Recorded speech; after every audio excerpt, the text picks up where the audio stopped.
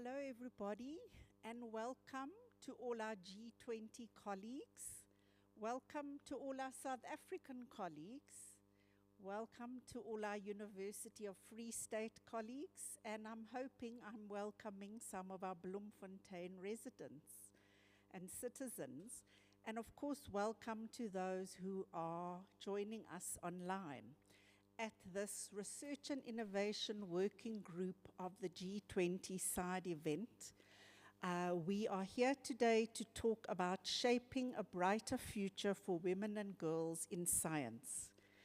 Now, the South African presidency aims through its work over this year to advocate for gender-responsive science, technology, engineering and mathematics program, and later today we've heard of a STEAM where we include arts, and later today we're also going to hear about a second M where we include manufacturing. So to do that, we are trying to push for increased funding for women-led research and innovation, to facilitate international collaboration, particularly to share best practice to bridge the gender gap, and to integrate the interests of the unique challenges and contexts of the G20 countries in relation to women in STEM careers. So for this specific event today, we are drawing on our South African and African experience very much. And we want to highlight the challenges and systemic barriers, but we want to also share a conception of diversity as a driver of innovation. Very importantly, we want to bring best practices and the idea of developing actionable strategies. And we do this by celebrating achievements, and most importantly, before we hopefully and after and over the last few days, we've been creating an opportunity for networking and mentorship, and we hope that after this event we will have more opportunities for that. So in thinking of this event, I thought it was fitting that it is shortly after the UNESCO Women and Girls in Science event annual day. And we have the International Women's Day coming up in March. So the UNESCO has put a stress on leadership, women leadership in STEM. And the International Women's Day has a very simple but very powerful theme that I think we need to put at the back and underlying everything we discuss and do today. And that is accelerate action, which links to our idea of putting forward actionable strategies. So our program, hopefully you had a chance to download it from the QR code that we had up earlier. Our program has 3 parts. The first one is very short, and that will be a welcome from our core partners in organizing this event. The second part, we will have 2 scene-setting keynote addresses. One that's setting out the state of the current trends in women in STEM, and the other that is really directly addressing how we accelerate action for growing women's STEM capabilities. And then the third and largest part of our program is a panel discussion.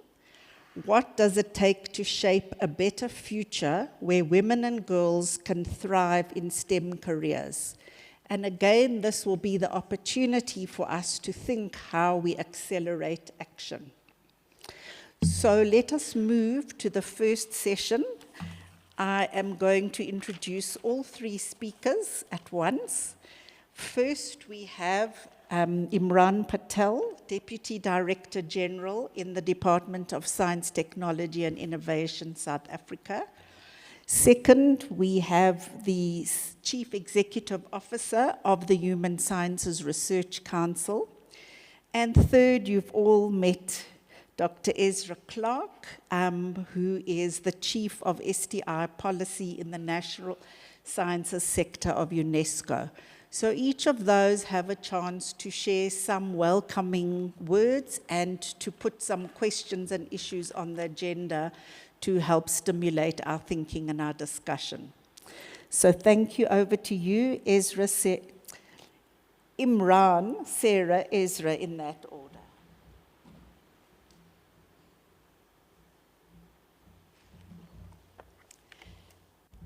Thank you. Thanks, Glenda, and good afternoon to all of the participants. Glenda did say that we're part of the shorter section because the real content discussion precedes this. But let me start by welcoming one and all. We've welcomed the G-20 delegates we've been with for the last 2 days. But thanks for traveling far and wide and making yourself available for this session. But also welcome to our local participants and people who've traveled specifically for this workshop. I mean, we do look forward to this. I bring you greetings in the name of our Minister and Deputy Minister who were both not able to join this important session. But I can say with confidence, and I have some of my colleagues here, that the issue of diversity, inclusion, especially inclusion in a whole range of dimensions, is a key theme that continuously gets stressed. As part of that inclusion agenda, the whole issue of women in science is of great significance. Now, in terms of just some of the kind of areas, and I look forward to, I want to just build on the comment, Glenda, that you made around accelerated action. I think that is clearly something that we require. We've had many discussions. The challenges are well known, even though there are some debates now about the value of diversity and inclusion. But our own experience have shown that you can't build the kind of society that we require on the backs of a few. The challenges that we have requires the efforts of all. It requires diverse views, diverse orientations and understandings of the way that we're wanting to do. So the challenges that we face are not going to be solved if we don't deal with the issues of diversity and inclusion. Can I just move this? So the problem statement is well defined. I think we have encountered challenges in the progress that we've achieved over time. And part of that achieving progress moving forward requires us to be a lot more targeted and focused in particular areas.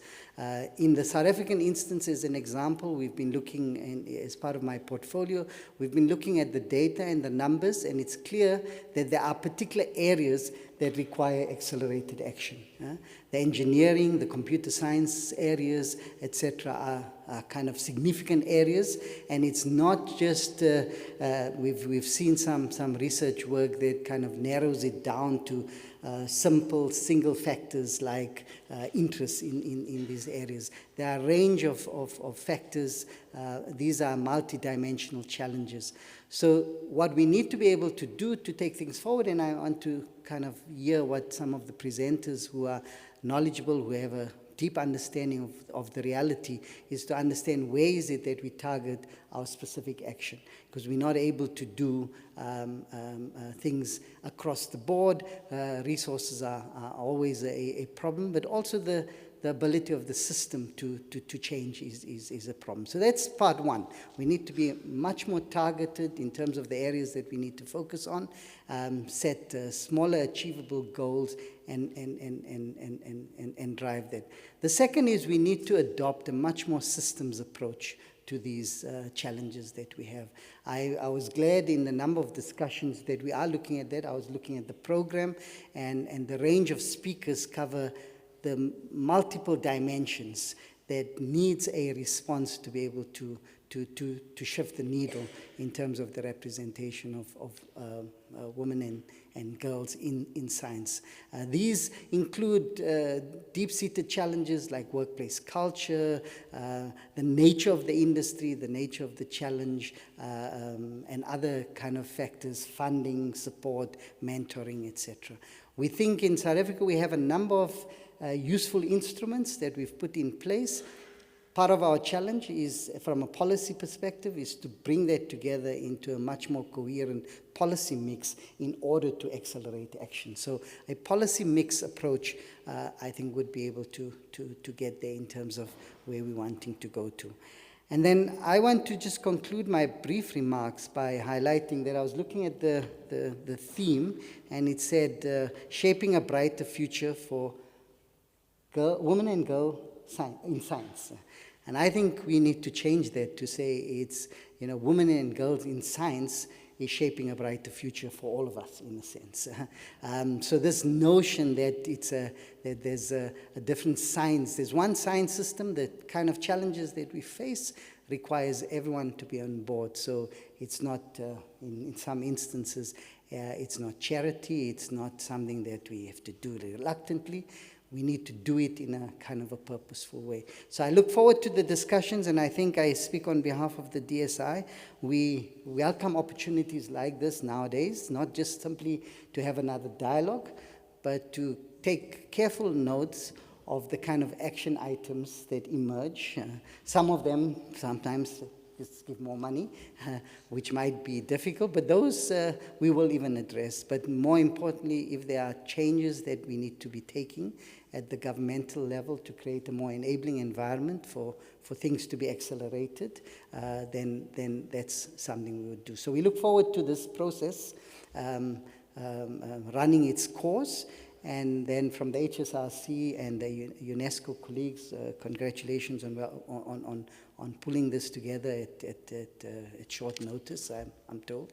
And then look forward to you coming back to us with a sense of what it is that we can do to accelerate action. So I look forward to the conversations and discussions, and wish everyone well. Thanks.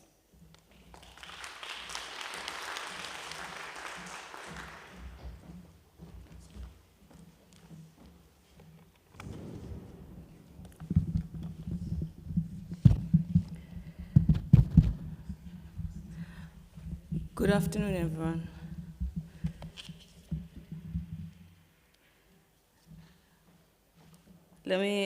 It's not in my notes, but I thought that it would be not proper for me to acknowledge the fantastic HSRC team.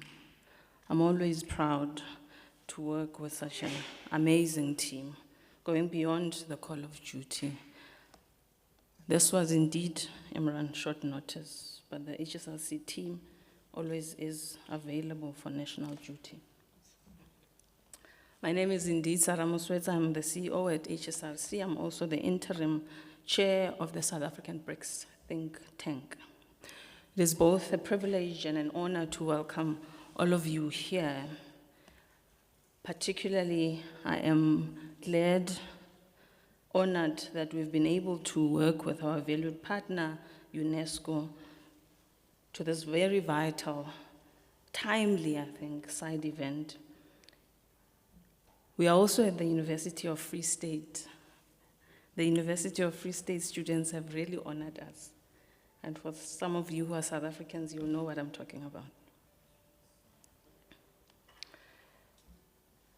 We are gathered here to talk about the persistent and underrepresentation of women in STEM, but I also want to highlight in leadership, in peace building, and innovation fields. This event coincides for us as South Africans with an untimely passing of Senamile Masango, South Africa's first Black nuclear scientist. At just 37 years old, she was a trailblazer, an inspiration, a role model for countless young women across our country. Many South Africans thought of her as the queen of science, a woman who broke barriers, defied expectations, and paved the way for future generations. Her passing is a profound loss, but her legacy serves as a reminder of what is possible when women are given opportunity to lead, particularly in STEM, particularly in innovation fields. Science, technology, engineering, and mathematics with underline, bold, italics, in italics, with STEM, with HSS, the humanities and social sciences, are the engines of economies and the well-being of our people.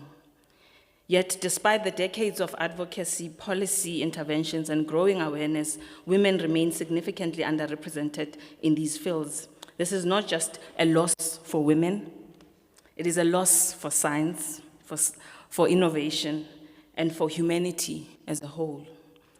As we imagine this issue today, as we examine it, and I'm looking forward to learning from our keynote addresses, and I've met one amazing person who's an engineer, and for you who know some of my utterances, jokes about engineers, today I met a very progressive one.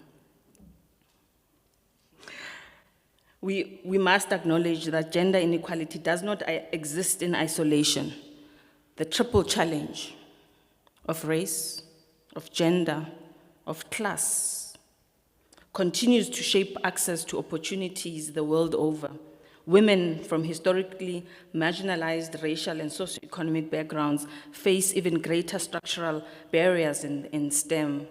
Barriers are often invisible. These barriers are often invisible, but deeply entrenched, whether through unequal access to quality education, systemic biases in hiring and promotion, or limited representation in leadership roles. These intersecting inequalities demand, I agree, accelerated action by all of us. We must understand this as a structural inequality, the ways in which social systems, and Imran spoke of this, social systems, institutions, policies create and maintain disparities. For me, we must act decisively to end this, be it from targeted funding to gender and race responsive institutional reform, to global mentorship, and this is why we're partnering with UNESCO, global mentorship and leadership networks. As I conclude, South Africa's G-20 presidency provides us with a unique opportunity to move from dialogue to action, accelerated action. Let us use this platform for me and for all of us to forge partnerships, and we've started already, to influence policy and create a legacy of transformation. As we honor Sinamile,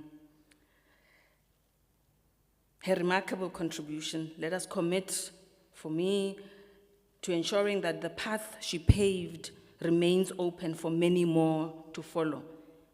May her life's work inspire us to redouble our efforts, not only to celebrate the achievements of women in STEM, but to actively create the conditions for their success. I look forward to the insights that will emerge from our conversations today and after today, and more importantly, to concretize, to specific and concretize our accelerated actions beyond this room. I know that together we can build a future where gender equality in STEM innovation with HSS is not just an aspiration, but a reality. Thank you.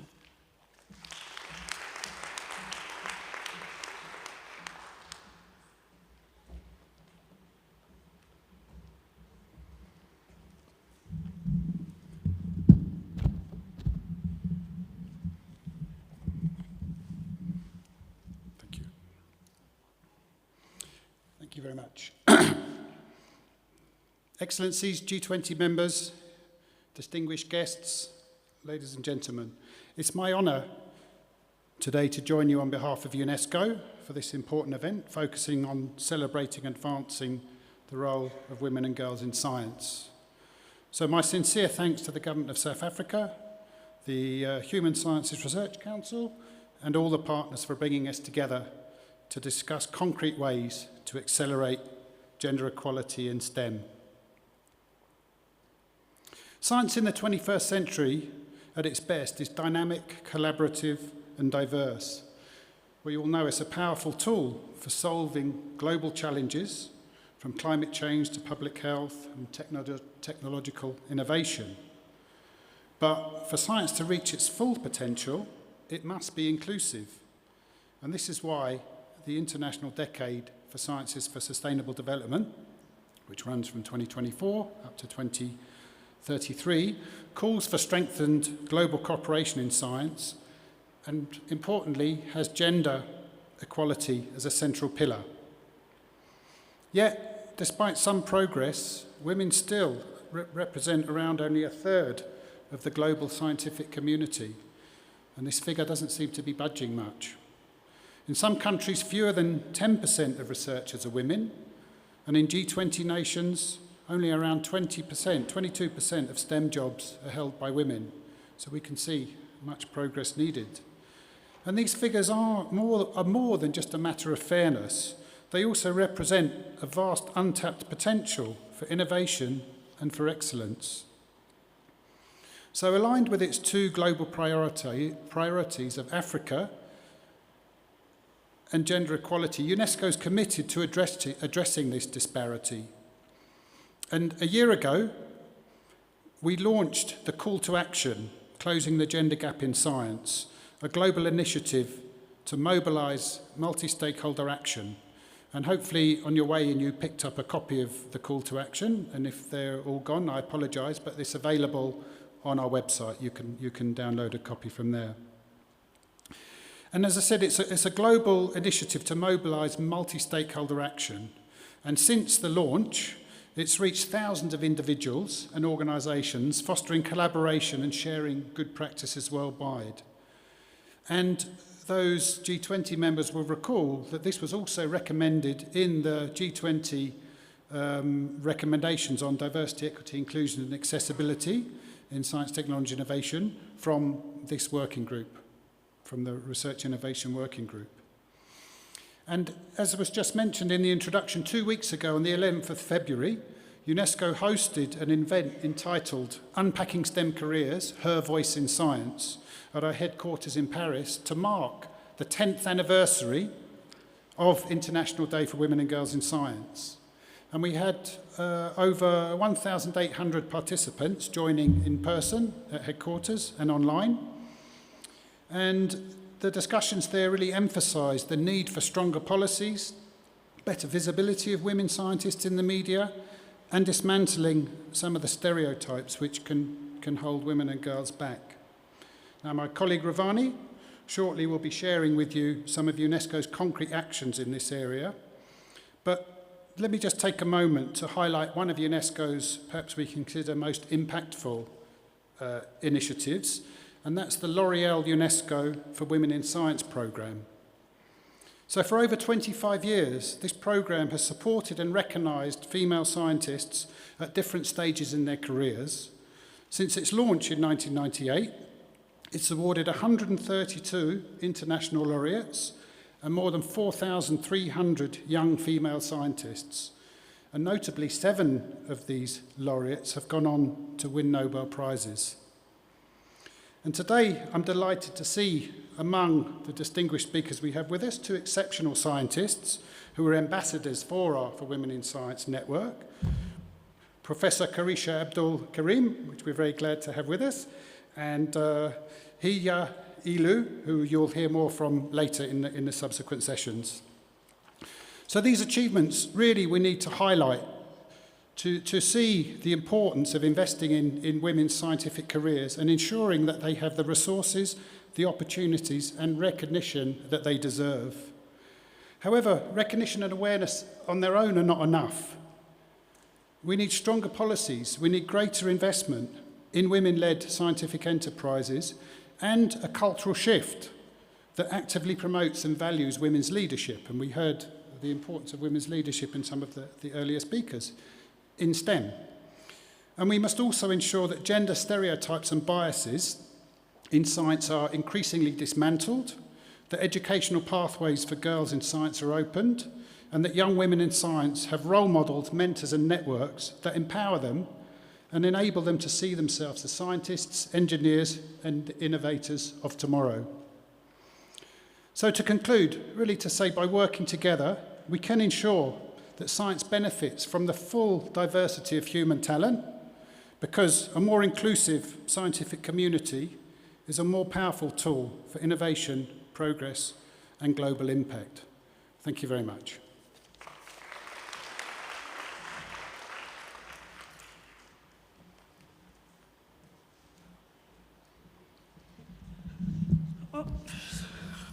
Thank you to our three speakers. You may now leave the stage. I think we have not only been very warmly welcomed by the partners, the organizing partners, but they've already raised some very key points about leadership, about celebrating achievements, about how women and girls shape a brighter future. I like that one. And importantly, we can't do everything. Where do we target action? And we need to take a systems approach, looking at multiple dimensions and the structures that are maintaining inequalities. So with that, I would like to invite up our two keynote speakers. You can come to the stage while I introduce you. The first person, as Ezra has mentioned, is Ravani Sigamoni. She is a South African who has spent many years in the UNESCO fold, and she is currently the UNESCO representative to the UN. And she's going to be talking about why is it essential to close the gender gap in science, to set the scene. And secondly, Nadia Musaji. Where's Nadia? Nadia is the co-founder and chief innovation officer of two organizations, one called Woman Hub and the other called Women Engineering. And I won't say more about that because she's going to tell you, but she's going to be talking about the contextual factors that influence women's advancement in engineering through reflecting on the initiatives that she has put in place and that she leads. So I would like to invite Ravani, please.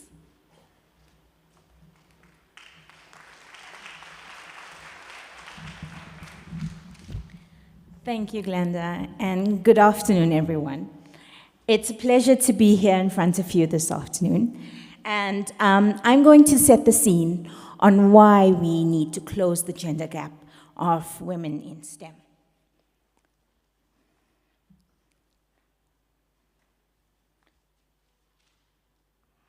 Oops. Okay. So, food for thought. Women and girls continue to be excluded from participating fully in science.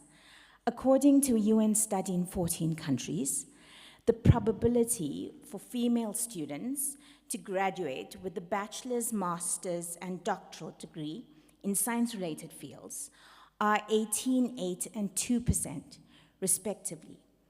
While when we look at the male students, they graduate with twice the percentage in bachelor's degrees, more than twice in master's, and almost 3 times, and exactly 3 times, in PhD degrees.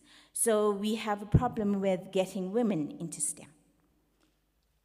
Also, when we look at the global gender gap, according to the World Economic Forum, at the moment we've closed the gap by 68.5%, which the good news is that we've actually closed the gap by a further 0.1% compared to 2023.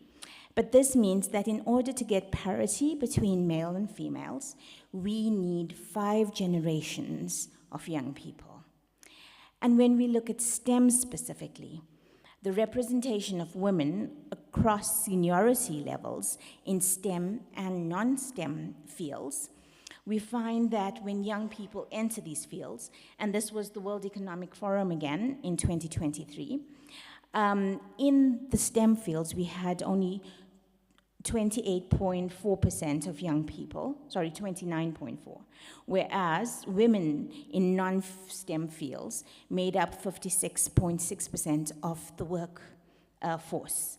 However, at the CEO and higher levels, we find that women were at almost 30% in non-STEM, And then in the STEM fields, we only had around 12% of women in STEM.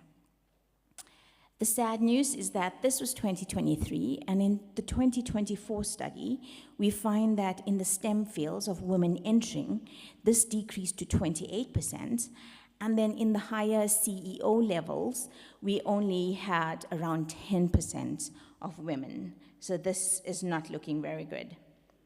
However, why do we even need women in STEM if we have men doing this? Well, gender diversity, inclusion, and equity means that we design products and help solve the pressing global problems by involving the other half, 50% of the population, which is women. It also makes economic sense. A lack of women in the technology workforce is an economic loss to society.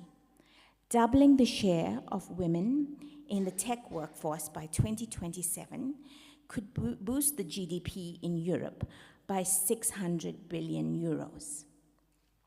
So as Ezra talked about the call for action of women in STEM, we also UNESCO did a study of 700 female scientists around the world, and they were asked, what do you think would be different in your field if more women were involved? And they said that we could have better ethical standards and more humanistic science, inspiring role models, improved working conditions, greater creativity and innovation, as well as more inclusive research. They also said that we can have more creativity, which is resilience and creativity in the STEM fields, more inclusion, we can have more collaboration, and also fostering collaboration and inclusion, and more role models by being women in STEM and seeing them in these fields. So when we look at the Sustainable Development Goals, and we know there's 17 of them, if we focus in on Sustainable Goal 5, and we look at the SDGs right now, today where we are, we find that in terms of gender equality around the world, and this is achieving gender equality and empowering all women and girls, not many countries around the world have achieved gender parity. But we also find that on the African continent, we have many roadblocks. This is today. But if we look at the trend, so looking into 2030, we see that the world is moving towards a brighter future. We see more countries that are green. South Africa is green, which is getting closer to the SDGs. Namibia has achieved parity in Africa, and there are other countries as well that are moving towards this. So this is definitely a positive sign. When we look at women in STEM, we see that women hold less than 25% of science, engineering, and ICT jobs in 2022. And this was from a policy brief done by UNESCO looking at women in science and technology. We also find that they occupy just over 1 in 5 technology positions in companies. The digital transformation is currently led by men. Women constitute only 26% of employees in data and artificial intelligence, only 15% in engineering, and 12% in cloud computing across the world's leading economies. According to our Director General, Audrey Azoulay, she said that in the G-20 countries, the proportion of women working in STEM is plateauing at 22%. This situation undermines our collective ability to innovate and respond to the pressing challenges of our times, such as climate change and digital transformation. This was in the report Changing the Equation, which was produced by UNESCO at the end of the Brazil G20. So when we look at women in STEM around the world and in different countries, this is from the UNESCO Institute of Statistics database. We find that on average, only 35% of STEM graduates in the world are women. When we look at the first column at sub-Saharan Africa, we see that leading the way is Tanzania with more than 50% of women in STEM. And second is South Africa with around 48%. And then the other countries that we get in Africa. Across the world, we find that in the Arab states, there's a much better distribution with more women, closer to 50%. And then in what's quite surprising is that Samoa has almost 70% of women in STEM. When we look at students in tertiary education, we find that the trend around the world is that we have more women going to universities and thus more women graduating from universities. However, circled in, as you can see, in sub-Saharan Africa, this is not the trend. We have more men going to university and thus more men graduating. And once again, we find that in terms of STEM, we have very few women going into STEM around the world. Sorry. When we look at the participation of women in research in STEM, as Ezra mentioned as well, we have only 1 in 3 women who are researchers. Women hold less than 25% of science, engineering, and ICT jobs. A mere 17% of inventors in international patents were women. And women are 2 times less likely than men to know how to write a computer program. So last year, the UNESCO office, the regional office for Southern Africa, did a study on women in higher education and STEM for 9 countries in Southern Africa, including South Africa, Botswana, Namibia, Zambia, Zimbabwe, Eswatini, Lesotho, Malawi, and Mozambique. And what we found was, when we broke that up, so we had 33 institutions in those 9 countries who participated. We found that in those countries, in terms of science, we have found parity for women. But when we look at technology, and especially at engineering, we have very few women, less than 30% of women in those fields. When we look at the enrollment at universities, again, we have a high percentage of women at universities. So this means that Southern Africa follows the global trend of women at universities. However, in STEM, once again, we have less than 40% of young women in STEM careers.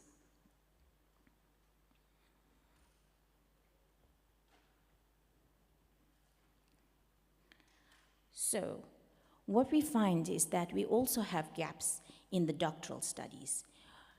For Africa, we need 100,000 PhDs in order to meet the Sustainable Development Goals and the labor market demands in Africa. And this is a tall order, but these PhDs are mainly in science, technology, as well as agriculture and STEM. So where do we go from here? So the survey that I told you about with the 700 scientists that UNESCO did earlier, when the women were asked, how has being a woman in your field inspired you to innovate or approach, they came up with redefining leadership norms, holistic and inclusive visions, balancing work and life, greater resilience and creativity, and motivation to drive societal impact.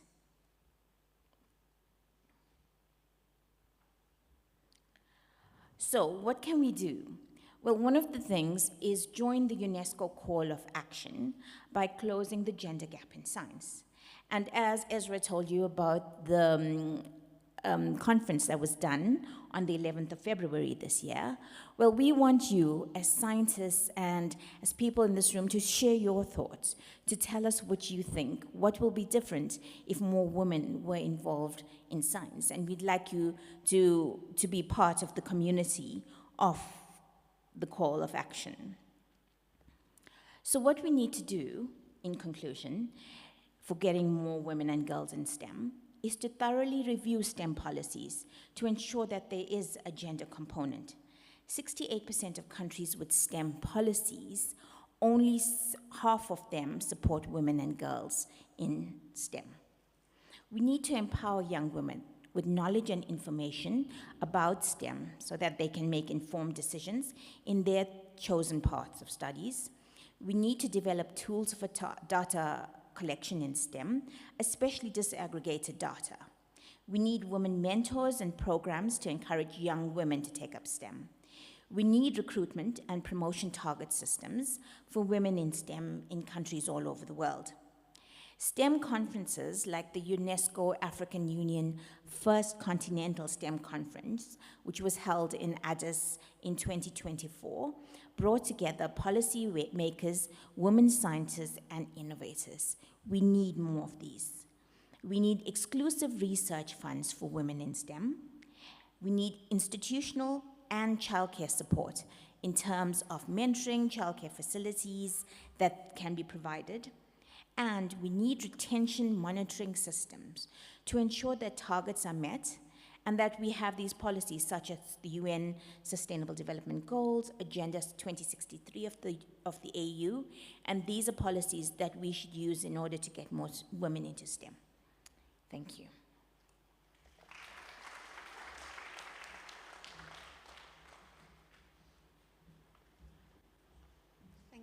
Thank you very much, Ravani, for setting out so concisely and succinctly the state of play and for guiding us to the call for action.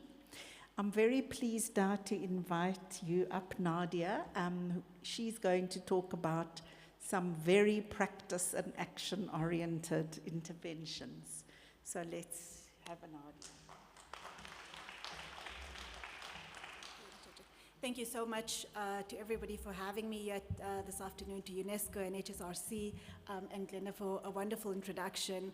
For me, it gives a great pleasure. I'm an engineer, I'm an entrepreneur. That means that I'm somebody who really is very much solutions focused in terms of meeting the challenges head on. Some of the stats that Ravani so eloquently presented for us this afternoon. Because to be honest, yes, being a woman in STEM is tough. There's not enough of us out there. And I have spent almost the last 2 decades thinking and building on our big, audacious mission, which is to develop a diverse and inclusive STEM ecosystem. So what does that mean in English? For us, STEM, we define it as science, technology, engineering, mining, and manufacturing. And the reason being is that we work in some of the hardest industries that has some of the greatest economic opportunities on the continent and around the world. And so how is it that we're able to ensure that we not just have the talent, but also how do we create the ownership of these industries? So when we talk about women in leadership within the STEM fields, we want to transition that conversation even to the how do we get more women to own STEM industries, because when you have ownership, you have true transformation. So, as I said, I'm an ecosystem builder. You'll hear me also talk about building STEM talent pipelines. And over the last 2 decades, I've really thought about how do we practically do this? Because we've heard the numbers, we've seen them, it's not getting great at a fast rate. How do we accelerate it? To be honest, the World Economic Forum usually says that I will be 167 before there's gender parity in my country. And guys, I can't wait that long. So my back won't be able to manage that. So we've got to do it now, right? And I always think about the African proverb and it's also a Chinese proverb, so wherever it comes from, the best time to plant a tree was 20 years ago, the second best time was yesterday, and the best time is today, right? So really, how do we start to take some of these learnings and institutionalize it and grow it and accelerate it? And so when we talk about building a talent pipeline, it's really around how do we create awareness right at the beginning and early stages of STEM. Weirdly enough, in 2024, I'm meeting young girls and they still go, oh, you're an engineer, but you're a girl. And I'm just like, how did we not get you positive information and positive role modeling, right? And I sometimes blame the media for this because I'm like, I'd love to see the influence of pop culture on how do we get young women to become really great engineers. So if you ever watched Wakanda, yeah, Shuri is amazing because she's a cool engineer and then she becomes Black Panther, right? But she creates technology and she creates amazing things. And having a female role model is absolutely pivotal for young girls to be able to actually go, STEM is for me. And so we start to work at a very young age with girls, and we will take them through every stage of their life, at a high school, at a university, as women in industry, as women innovators, creating the space both physically as well as virtually for them, and then finally onto ownership. And so what does that look like in practice? Because, Nadia, that sounds really nice, building talent pipelines in STEM. Very practically, it's a very much a programmatic approach that we do on the ground. And we've partnered with lots of organizations, including UNESCO. And one of our biggest programs is the 1 Million Girls in STEM program, to be able to create that awareness for girls around the world that STEM is for everybody, because you can't be what you can't see. And so we need to be able to visualize and verbalize that STEM is for everybody, and that actually engineering is not that tough.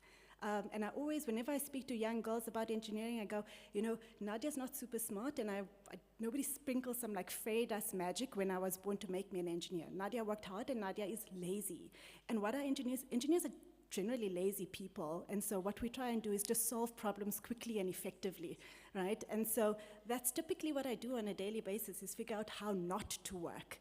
And then as an entrepreneur, how not to work and still make money. So, and being able to change the conversation fundamentally of what engineers do, instead of, you've got to do the maths and science and it's so hard.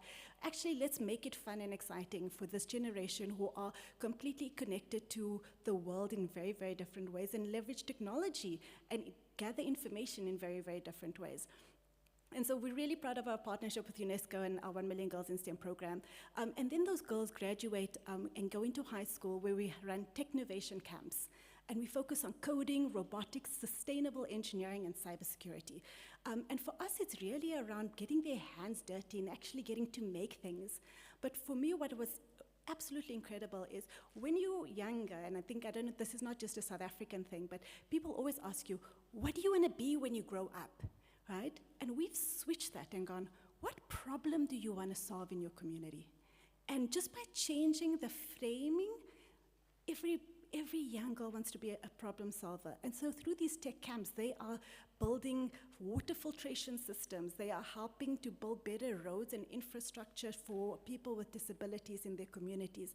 They are thinking about supply chains to get healthier food into their communities, right?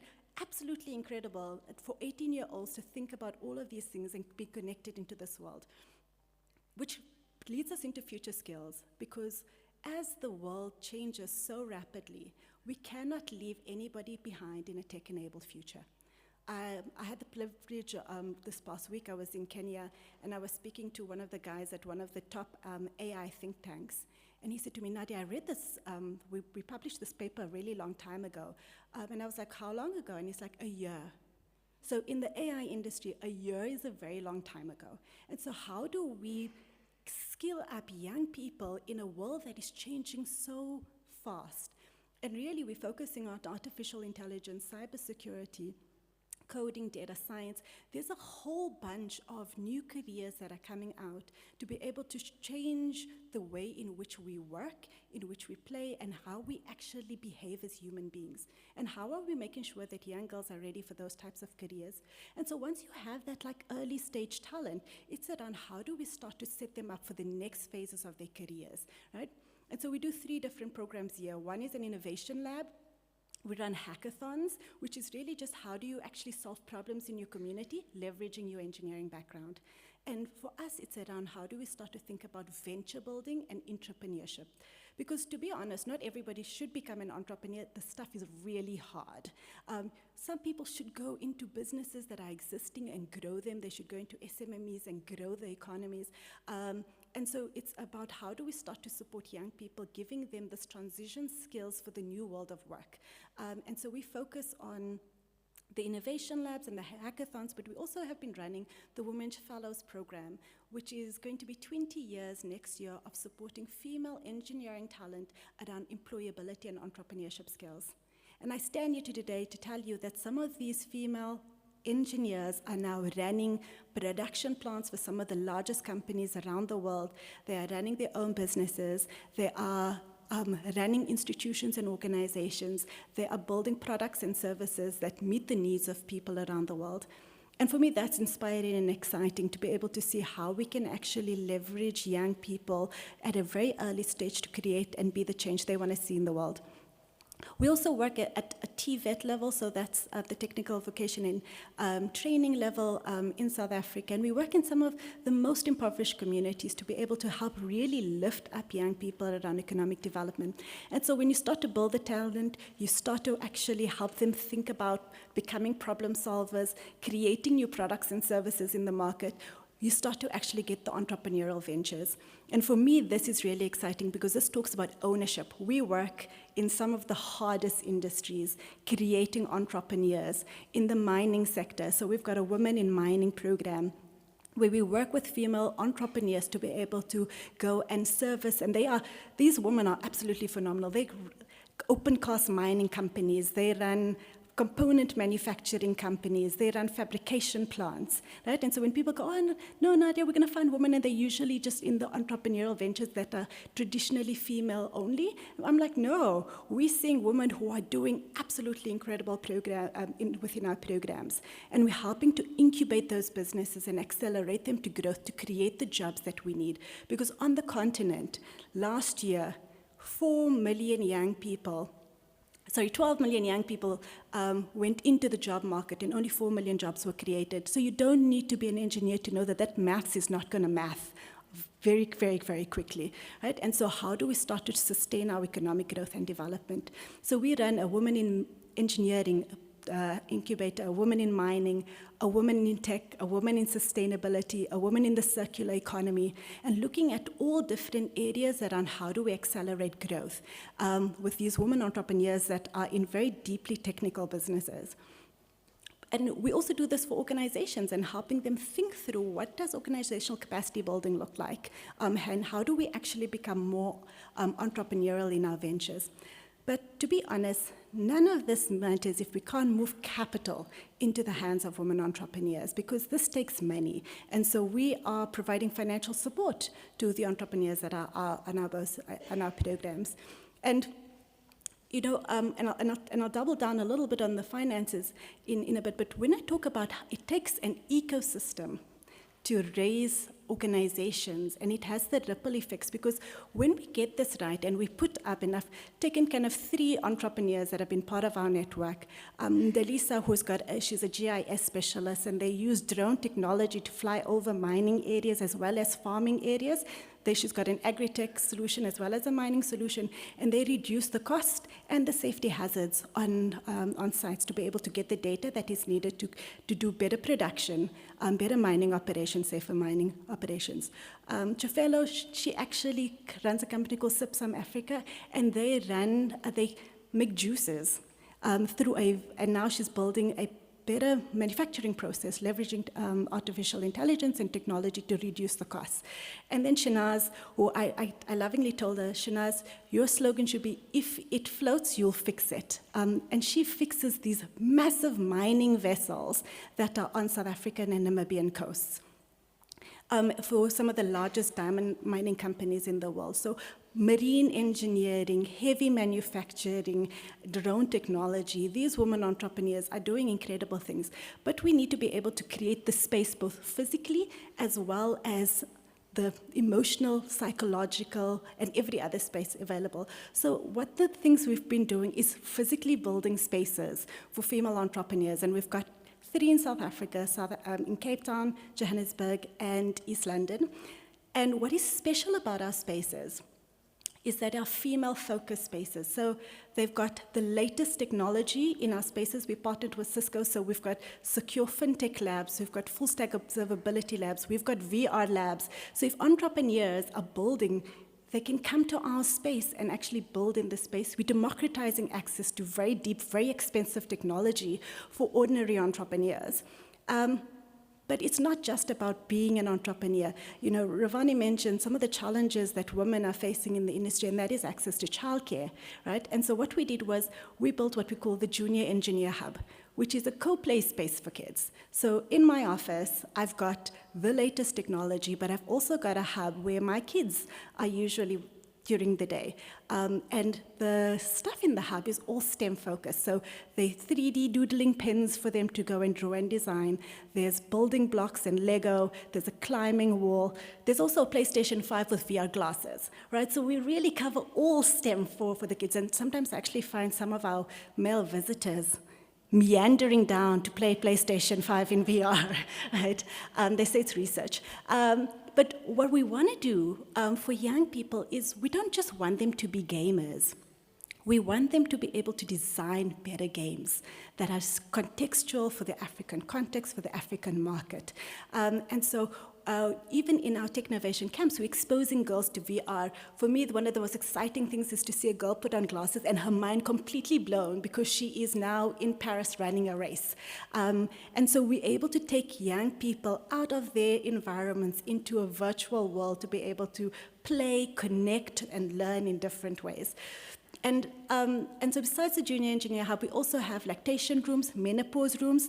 We actually are looking at renovating one of our hubs and actually putting in a rage room, because honestly, being a female in STEM is so hard. We just want to get angry, but we can't because we've got to always keep it together. So rage room may be the way in which we get all our frustration out. But it's really around thinking about what is it that women need. And when we get it right for women, we get it right for the men too. Because while you may not need the lactation lounge, the space is so conducive that I started to see young guys also bring their kids into the Junior Engineer Hub, right? We're starting to see a whole range of ways in which we're able to kind of bring and create inclusive spaces for everybody.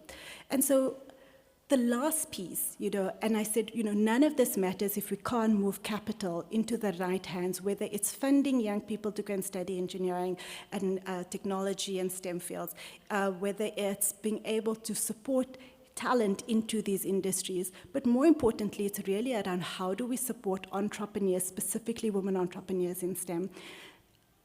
Over the last few years, the average amount of capital going into the African continent, specifically funding female founders, is 2% of venture capital dollars. You can't create the next Metas, the next OpenAIs without massive amounts of funding. The challenge that female entrepreneurs are facing is a reality every day. And so we decided to raise a venture capital fund, a $30 million fund that invests in female founders in tech across the African continent. We've already done 16 deals in 8 countries. We've also done concessional grant funding to female entrepreneurs to be able to cultivate the ecosystem. And we're now looking at flexible financing for female entrepreneurs, specifically in the climate economy. All our efforts together make us probably the largest contributor and most active investor in female entrepreneurs on the African continent. The reality is we've moved under $4 million. It's embarrassing. We can't have a STEM ecosystem if we don't have the money to go with it, right? And so while we are proudly South African, and we've got a global footprint around the work that we're doing, and we've impacted 150,000 women and girls. We've seen 2,000 young women who have gone through our engineering programs, and we've supported 400 female founders who've gone on to raise about $6.5 million in capital and created 1,500 jobs. I am embarrassed by these numbers. They are too low, because if we want to really accelerate change in STEM, they always say, and there's this African proverb that says, if you want to go fast, you go alone. If you want to go far, you go together. I really want to go further, faster together. And so today I ask everybody to join us to be able to actually make a difference on the ground so that in the next 10 years, I'm not here and I can get gender parity before I'm 167 and I can actually retire by the time I'm 45.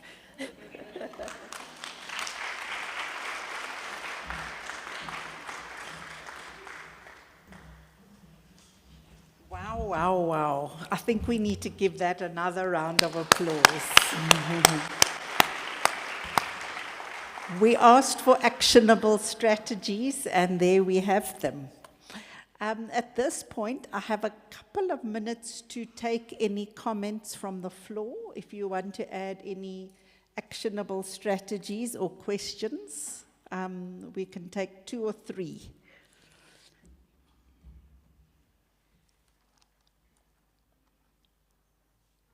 Yes, thank you. Talk loudly, please. Oh, we're bringing you a mic.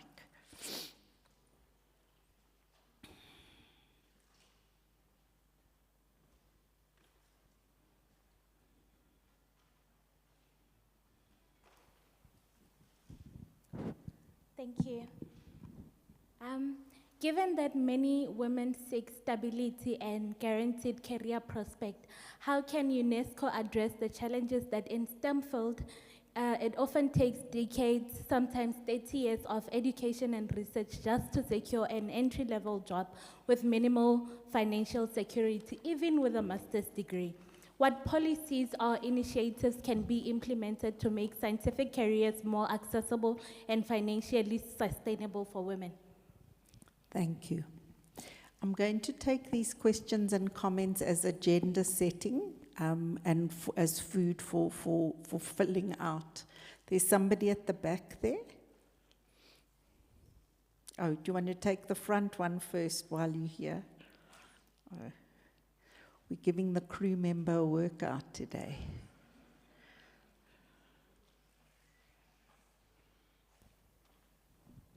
Hi, thank you.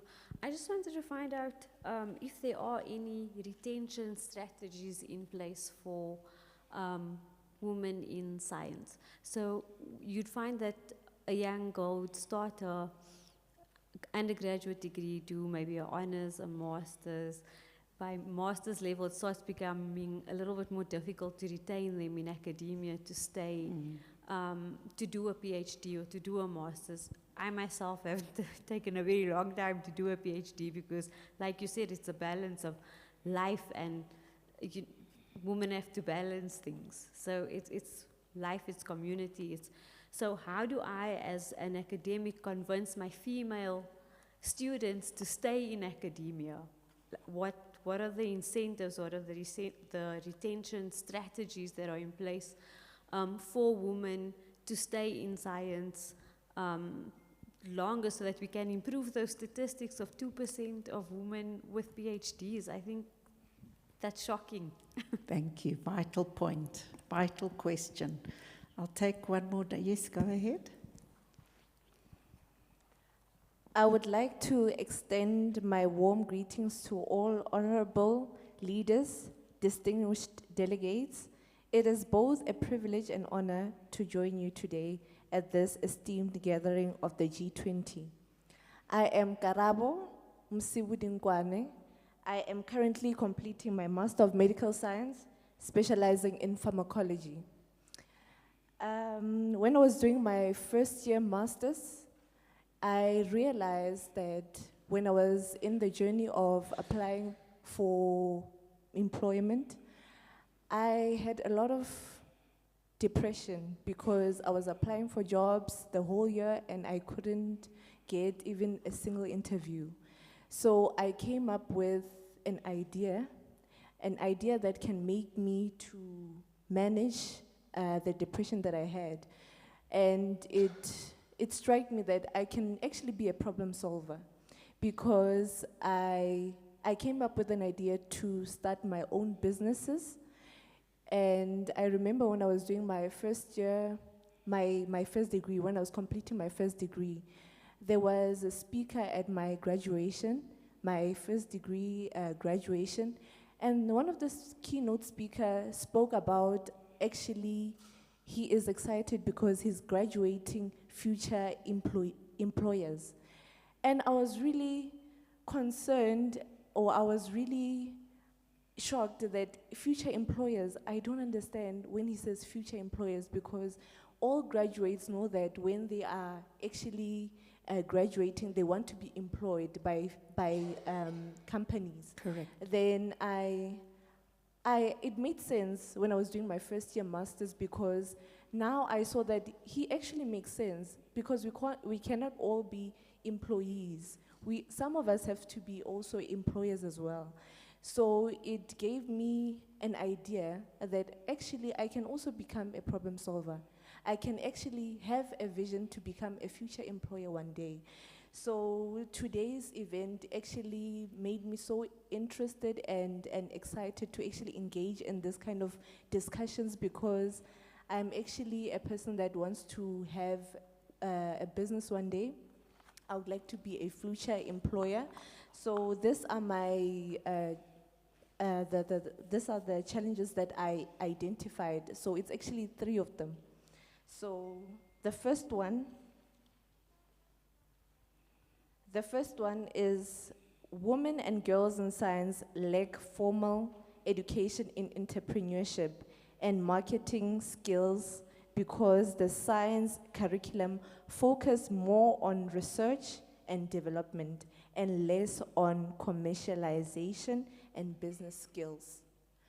The second one is the lack of female role models in science-driven businesses discourage young women and girls from pursuing entrepreneurship.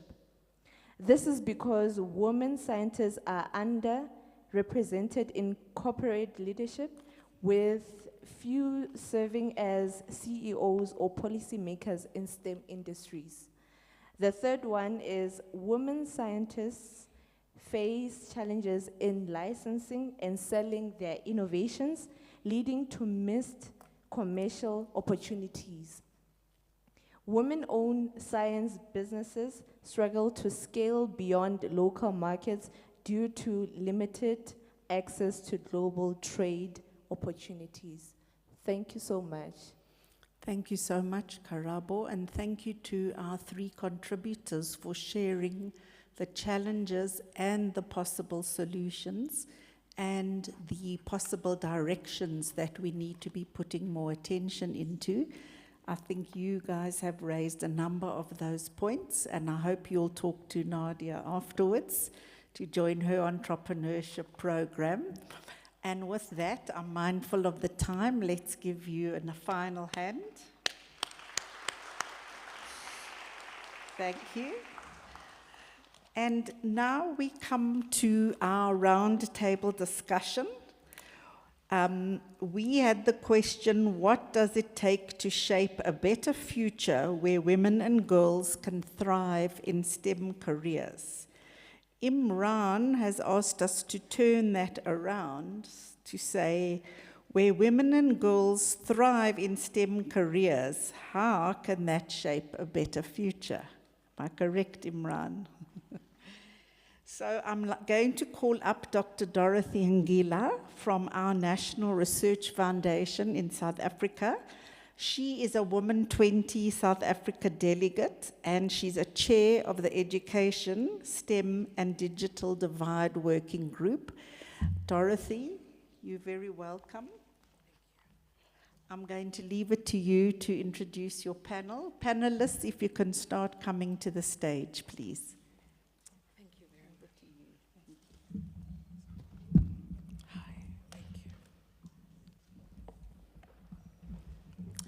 I want to start by introducing the panelists today as they come up. Ms. Sylvia Bojinova, representing the Directorate General for Research and Innovation at the EU Commission. Dr. Maputi Madiga, representing South Africa's Department of Science, Technology and Innovation. Dr. Cobus van Breda, representing the University of the Free State in South Africa. Professor Karesha Abdul Karim, representing both Columbia University and the University of KwaZulu-Natal in South Africa. Dr. Kiamo Ketse More, representing the University of Venda. Professor Anthea Roda, representing the University of the Free State. And Ms. Hilia Helu, L'Oreal UNESCO Women in Science Award winner based at the University of Cape Town. I'm really delighted today that our roundtable panel is going to feature insights that cover many different approaches. What we've heard until now is that doing research and innovation the right way has the potential to save lives and to save money, create money too. Over the last decades, and really inspired by the work of the Gendered Innovation Project, there have been a number of strategic approaches, 3 that institutions of science have used to advance gender equality and inclusion. There has been a focus on fixing the numbers. We've heard a lot about why it's important to fix the numbers, focusing on women's participation and increasing the numbers of underrepresented groups' participation in science. We have focused on fixing the institutions, which promotes structural changes at institutions of science. We have also focused, thirdly, on fixing the knowledge, which is my current preoccupation, or what we call gendered innovations, which centers around stimulating scientific excellence by integrating sex, gender, and intersectional analysis into research. What does it take to shape a better future where women and girls can thrive in STEM careers? Those 3 approaches, I believe, are really critical to think of, and this panel is inclusive of colleagues that have been working across these different approaches. The question that we are posing today is intentional. It is considered, and it is informed by the recent, and especially in the post-COVID pushbacks of conversations and actions regarding gender equality and inclusion more broadly, but also globally. I want to start with you, Ms. Bojinova. Please could you provide some insights, especially at least 2 of them, of key initiatives established by the EU to promote gender equality and inclusion in science? Thank you.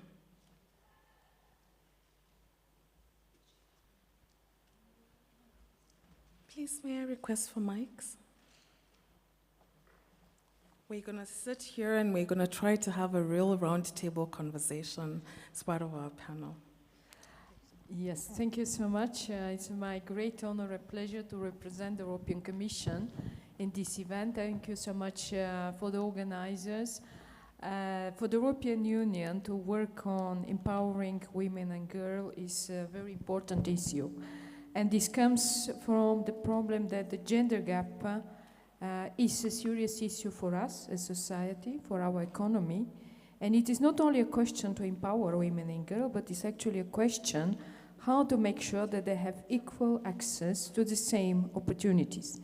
What exactly the European Union is doing? First, on the policy area, we have created already for more than 10 years our European research area, the European education area, and for 2 years the European innovation area. In the European research area, we have started a number of policy initiatives, and one of them is exactly on the issue how to close the gender gap. Because also on our side, in the European Union, we have very worrying statistics, and these statistics show that even only 48% of women graduate in the STEM area, then only 19% of them will be able to obtain an at-present and professional position. So obviously, there is a serious gap, or we call it the Likely pipeline effect. So for this reason, we have adopted a special action where all our EU member states and also countries which are associated to Horizon Europe, our current 9th framework program for funding of research and innovation. This action is has the area, the task exactly to promote gender equality and inclusiveness in European research and innovation. And we have produced, only in the course of the last 2 years, 4 very important deliverables. Fourth, we have developed a policy coordination mechanism for gender equality plans and policies. We have created a strategy to counteract gender-based violence and to ensure gender equality in a working environment. We have produced a strategy to strengthen gender equality through gender mainstreaming, and also a strategy to integrate and evaluate the gender perspective. But in more practical terms, with already the previous work program, we have introduced an obligation, and this is now obligation in our Horizon Europe program, that each organization, research organization, public body who would like to apply for funding in Horizon Europe has to have the so-called gender equality plan. What is the gender equality plan? Because for us, we have seen that this plan has brought a lot of changes in organizations applying for funding in our program. The gender equality plan is a set of actions for organizations that aim to promote gender equality through institutional and cultural changes in research and innovation for this organization. And this means that the organization has to explain in this plan and then to implement, of course, concrete measures and targets on work-life balance and organizational culture, on gender balance and leadership and decision-making, on gender equality in recruitment and career progression. Since 2022, this is a criteria, which means that if education wants to be funded, it has to prove that this plan is adopted and it is implemented. Also, we have in the meantime started funding through Horizon Europe of projects which are teaching organizations how to make sure that the gender gap will be closed. Only last year, for example, we have launched a project which will be developing a manifesto on gender-inclusive STEAM education and careers by piloting and fostering the integration of STEAM approaches in STEAM education. And we expect that this will bring further improvement for the work of high schools, academia, public authorities, and industry stakeholders. I'll stop here and hope to be able to participate later in the discussions. Thank you so much, Dorothy. Thank you very much for that. It's really important for us to understand the ways in which we fix institutions, and what you've just outlined are really clear policy directions that you have taken so that we can enable those structural changes that we are looking for. I would like to come to you, Dr. Madiga. Very similar question. And what I want you to focus on is also the two key learnings from implementing the programs that you've been implementing in the South African government perspective. I'm going to ask all the colleagues, there is so many of us, I want to make sure that all of us who have taken the time to really commit and prepare for this have the chance. And so if we could be brief, if we could focus on action, two at the most of the initiatives, I would really appreciate that. Thank you. Dr. Madiga. Thank you so much, Dorothy. Good afternoon, colleagues. My name is Maputi, and I'm a representative from the Department of Science, Technology, and Innovation. And from our side, we are guided by the 2019 white paper on science, technology, and innovation, which really emphasizes the importance of inclusivity, transformation, and partnerships to address the development of human capabilities. And we do recognize that gender disparity remains a significant challenge in the fields of STEM globally. However, if you look at the 2023 NACI report on facts, facing the facts, you will see that we have made significant milestone in gender representation in South Africa higher education sector, where women now constitute 51% of teaching and workforce at universities, and actually 45% of researchers in South Africa. So you can see that there is progress in South Africa in terms of gender equity.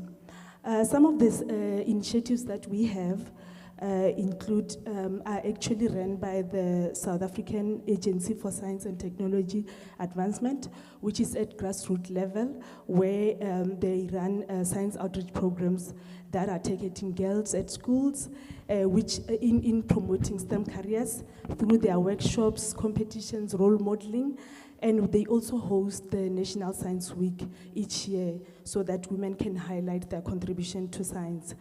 There's also the African Girls Can Code initiative, I'm really excited by Nadia's work that she's doing. It's really amazing. Where, this initiative trains young girls in coding, robotics, and digital skills. So I already see partnerships here with Nadia's work. We also have the Techno Girl, where in partnership with UNICEF and the Department of Basic Education, where they provide job shadowing opportunities for girls. We also have a various of initiatives where we support postgraduate students for their studies, providing them with bursaries, and we also have research grants that we allocate for women. And on these programs, there are clear equity targets that are set to increase women representation. In our awarding, we award 55% of our grants and bursaries to women.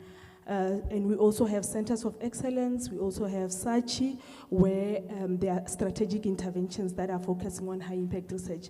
And really, we need more work on these high level ones because there is less representation of women on these ones. I also want to just highlight our exciting awards that we have just to recognize women in STEM. We have the South African Women in Science Awards, which recognize and celebrate outstanding female scientists, and one of them is here, Prof. Abdul. So where we recognize 26 women in South Africa, and we profile them as role models for young girls and encourage them to participate in STEM careers. And we're actually this year launching a book on the Sawisa alumni. This will assist in some of the actions that I've seen in this Closing the Gap Gender, is that we need to showcase and feature the women everywhere else so that young women can be inspired to do STEM careers. In terms of the learnings, I have other ones that we do as a country, but due to time I will not mention them. In terms of the key learnings, what we have learned is that early exposure is crucial. I think programs like African Girls Can Code initiative show that if you introduce the girls to STEM at earlier age, it fosters confidence and interest in this field. And I think the biggest lesson is also that financial support boosts participation. So the provision of scholarships, research grants, and actually dedicated funding for women in STEM have really increased participation of women in this.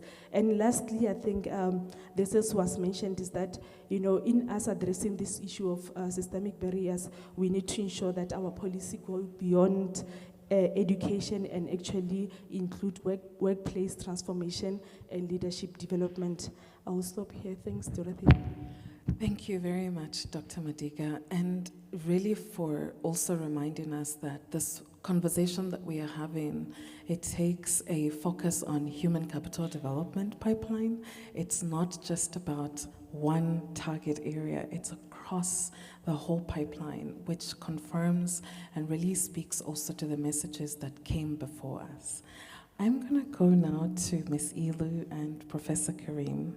We've heard the policy space, and I want to hear more about your experiences as women in science. I'm going to start with you, Prof. Karim. You are a celebrated, established, and award-winning female scientist, and we want to find out from you, as we focus on celebrating and thinking about role modeling, what would you say are 2 key moments that shaped your career? Dorothy, thank you very much. So let me start by thanking the organizers for the opportunity to be part of this distinguished panel, and the previous speakers for actually laying out the landscape so well for the luxury we can no longer afford with the complex challenges facing us. We certainly can't afford to lose half the world or not include half the world in that, one. And 2 is also the asymmetries that we need to recognize in knowledge generation geospatially. And here I'm talking about the global south. So to think about 2 moments, I think, is quite something. But let me just make the first point, which is, when I sit here or in meetings and gatherings like this, it is like many of us around the table and in the room against many odds.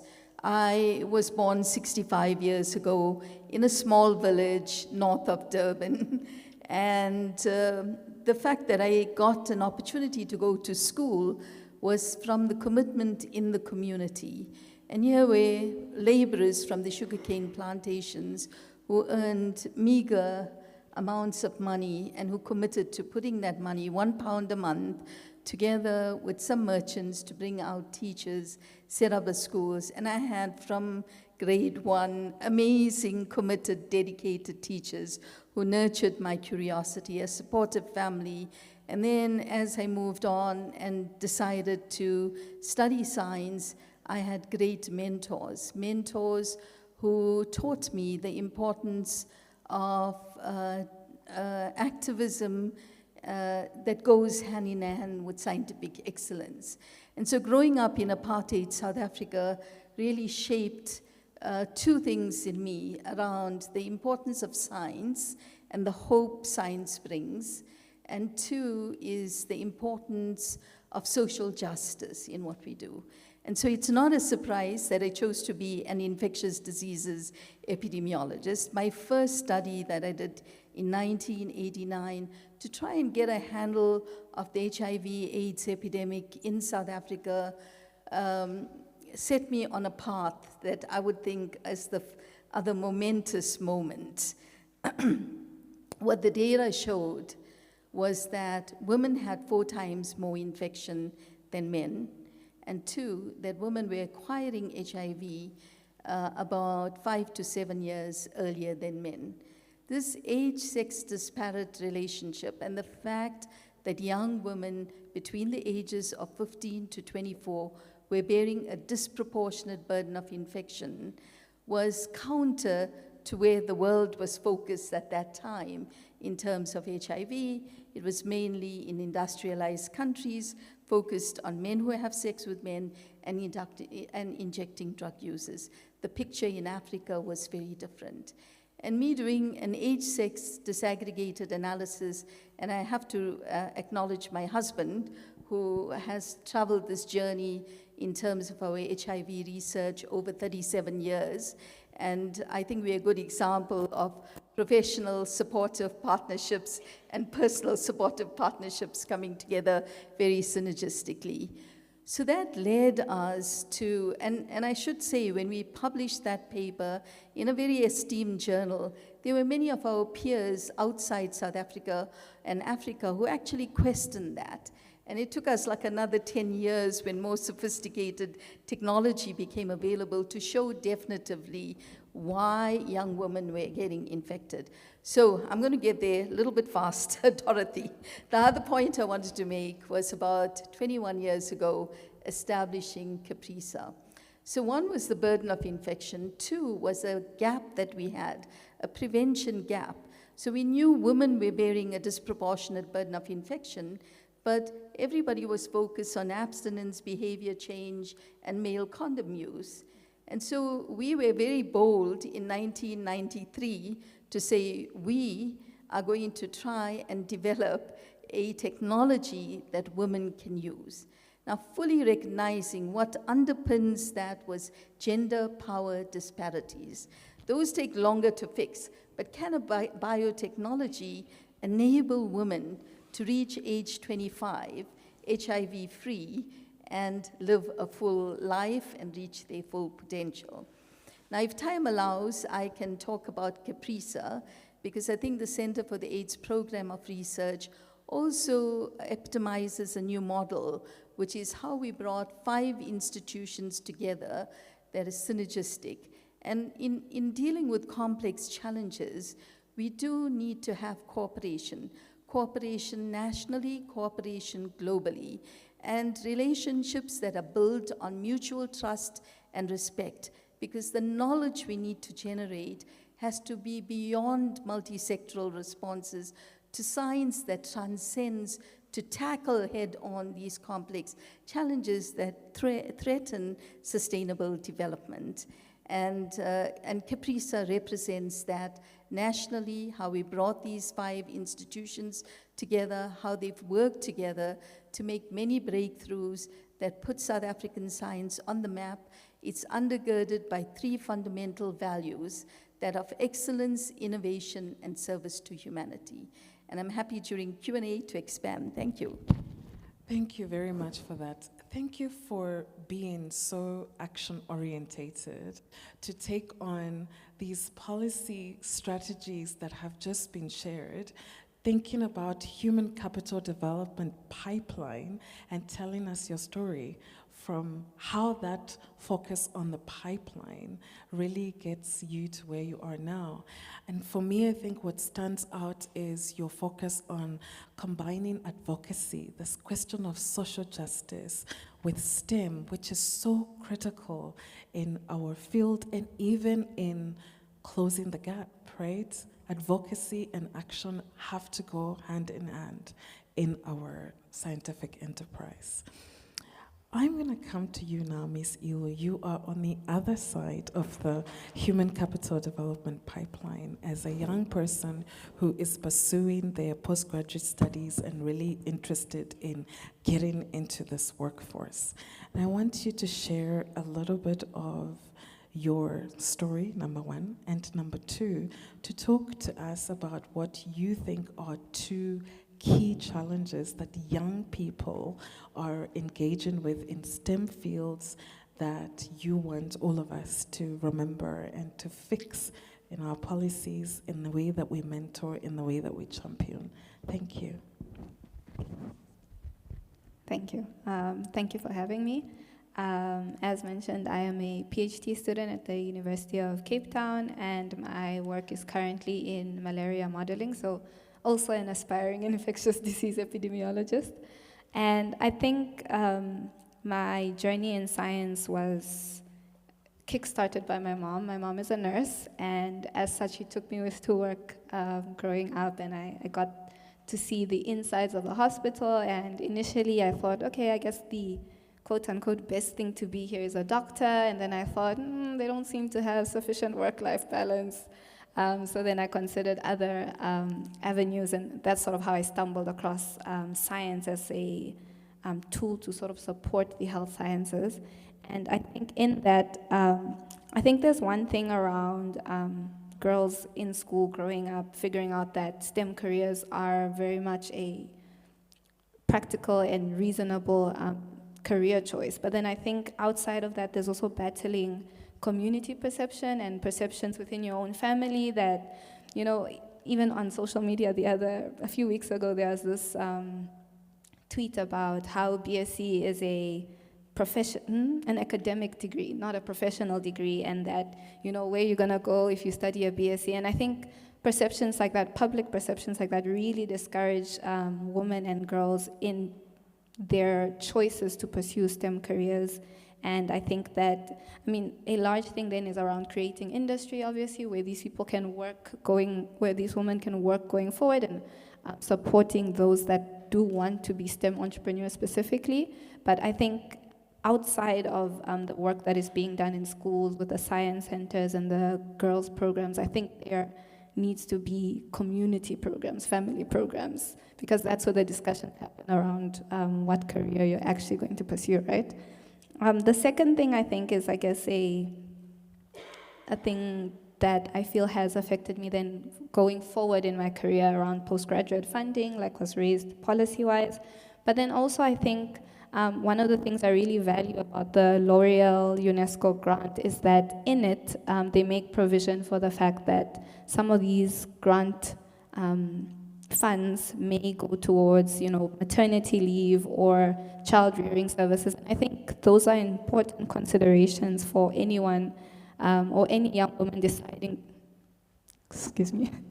to pursue a career in science for the long term, because, I don't have the numbers on the average age of a PhD, but I would say it's around about the time that a lot of people are also thinking about, bearing children and expanding their families in that sense. And if the scholarship or the fund or the grant is not making provisions for that, I think it leaves you in a sort of, okay, then I have to choose either a career in STEM or a personal family life, or the choice to be a mother. And I don't think we should be putting young women or women in general in that position.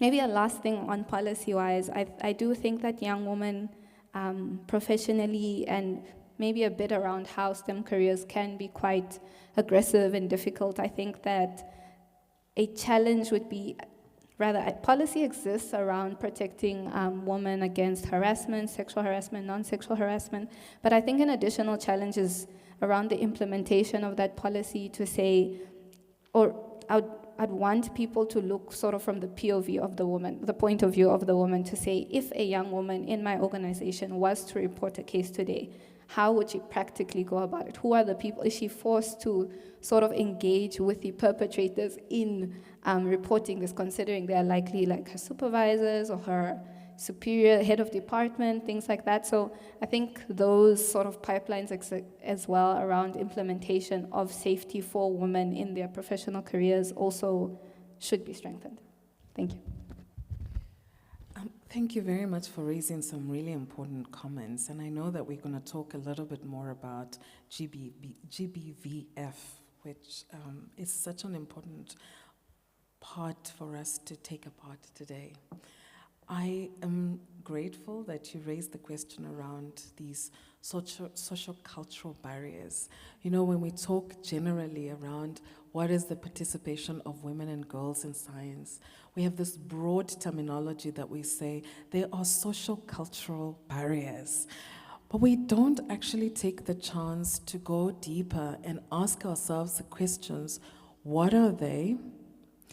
How are we helping women, girls, families navigate what needs to change?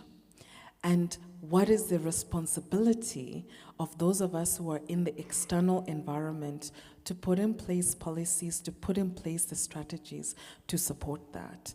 How do we get more women scientists to talk about what does it look like for me as I grow in my career to make the right choices and partners, to start my families in the way that it makes sense for me, because it sets our children up for success when we have those conversations in a more externally facing way, not just in the family context. Thank you very much for that.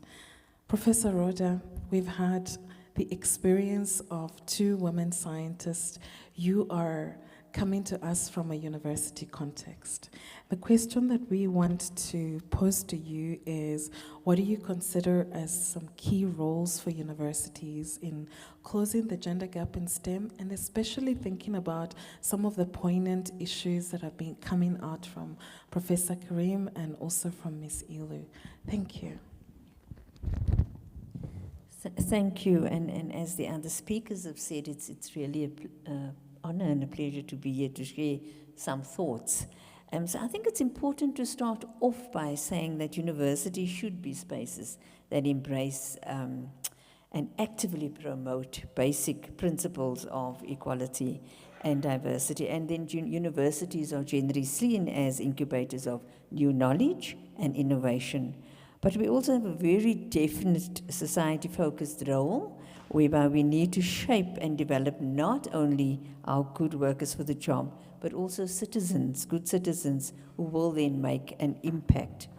And so through that, just a number of points in terms of the roles of universities and what universities, have done, just by 1 or 2 examples, is around a couple of things, and one of the things is specifically around creating the space and creating the environment for, let's say, women and females to be able to thrive within the space, for example, of academia. And we do this through our programs.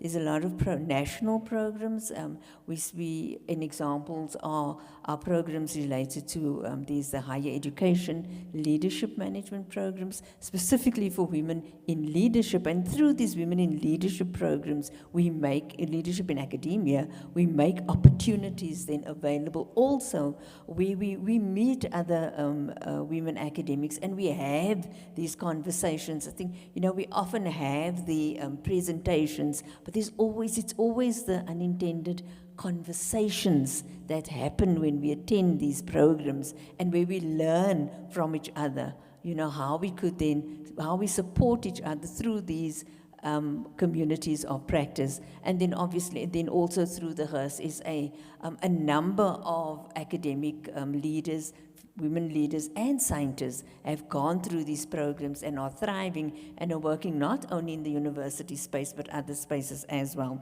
And so just in terms of at the University of the Free State, we've also looked at a number of programs. We have our working group on gender parity in academic leadership, and it's specifically then looking at, so what are some of the challenges that women in the academia are experiencing, and how could this be addressed?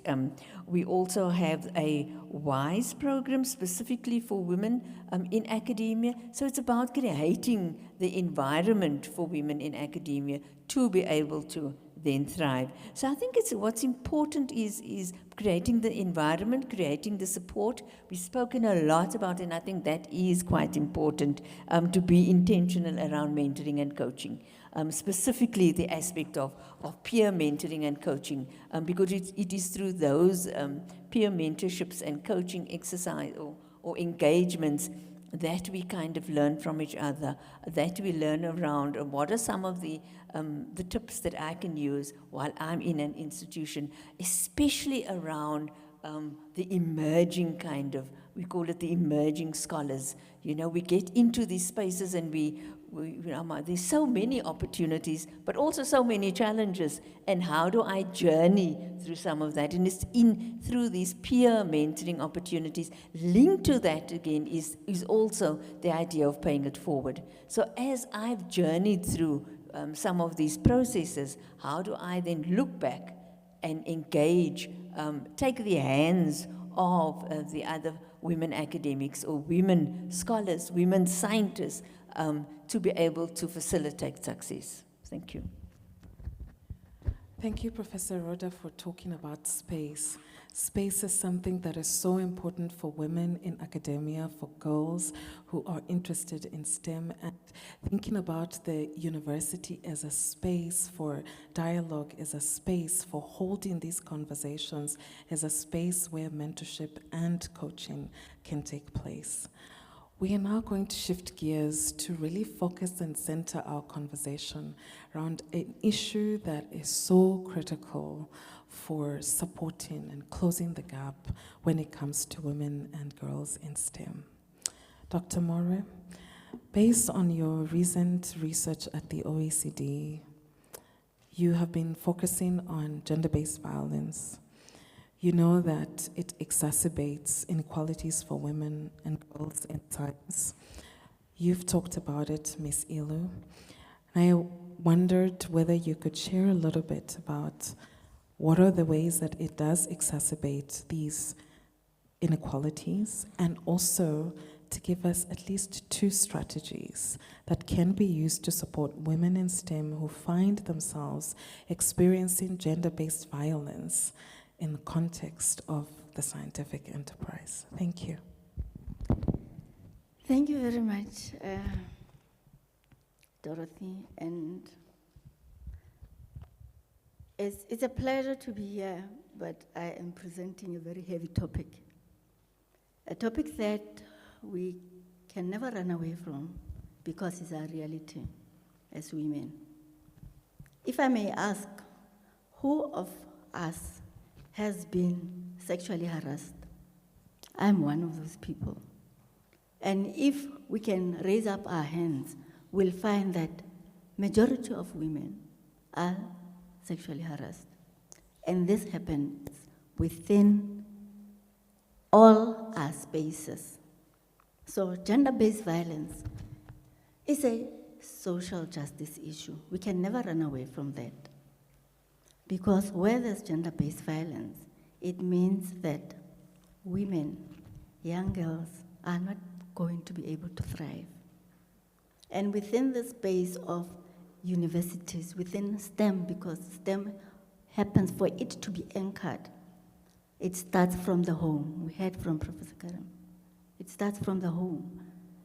However, if now the family system or other system, basically the university, stereotypes women. I mean, the ideal, we heard Nadia saying that but you are a female. Those stereotypes, the ideal scientist to date is still a man, not a woman. And because of the challenges, Hilda mentioned some of the challenges that I experienced in STEM.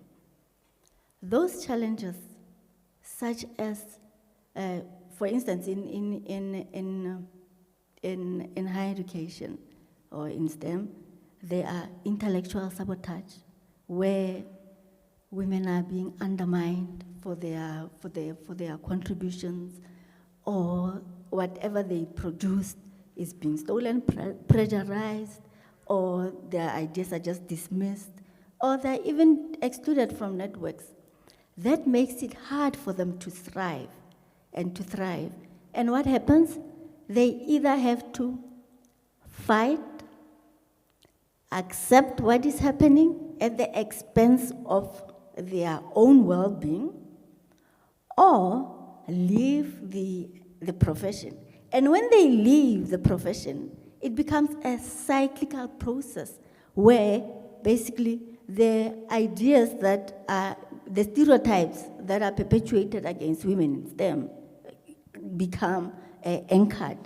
So it's actually a hard space and issue to deal with. And also when we consider professors, female professors, there's a study that said female professors consider themselves as basically nurturing, and however, personality-wise. However, when it comes to being, that person who has to achieve career-wise, they are as agentic as males. So it means that we compromise who we ought to be. We compromise how we can take others with us in order for us to actually become leaders in our fields. And also, I can now share the various strategies that we can use. We mentioned that there are always, sexual harassment policies. But when I report, it will be known that it is Kiamakhatsi who reported. So there needs to be an element of anonymity. And that has to be respected. And those who are reporting, the victims, need to be made aware of confidentiality and anonymity. And I bet that anonymity is the best. But also, organizations, universities need to take stock of themselves. It is actually a bit unfair to be always expecting the people who are being victimized to actually tell how to solve this. They do not have the power to actually change the system. The system itself needs to look at itself as to what it is that we are doing to actually perpetuate this stereotypes or the lack of females and women not progressing. People in power need to actually take stock. And how do they take stock? By actually using data. There's lots of data that is generated at universities. Where are the women? What is preventing these women? Who are these women who are here? And what are we doing?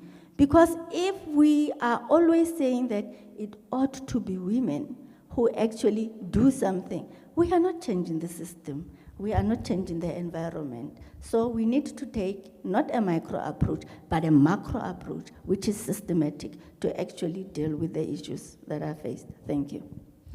Thank you very much for that. I think it's so important to take note as one of our conclusions of this, the importance of structural change, organizational change, institutional change, going beyond the policy and really holding each other accountable in our different institutions around the question of how do we protect women and girls who are experiencing harassment, who are experiencing bullying, who are experiencing gender-based violence. It is not the burden on the women and girls, it's the burden on the institution. And there's a key aspect here around fixing our institutions in that sense. Dr. Van Breda, we come to you. There is absolutely a role for men in science, a role for families in science, in addressing the gender gap in STEM. However, when we have these kinds of conversations, that role is often unclear. It is unclear, it is unsaid, it is unwritten. And we want to ask you to share with us some ways, some practical measures and insights in the ways that men, and especially in the family context as well, can contribute to shaping a future where everyone in STEM can thrive. Thank you. Thank you very much. I'm honored to be here, and as you've said, I think the context of what I will present will be a little bit different from the rest of the panel, so bear with me. It's not an easy question to answer, so probably it's more setting a scene for discussion.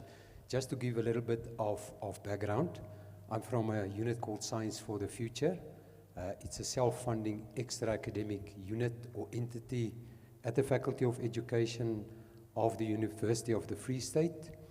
And the mission of the unit is the advancement of innovative and effective maths and science teaching and learning, beneficial to student teachers, in-service teachers, learners, parents, and the public at large. Our focus is math and science teacher professional development, as well as community engagement initiatives regarding science communication.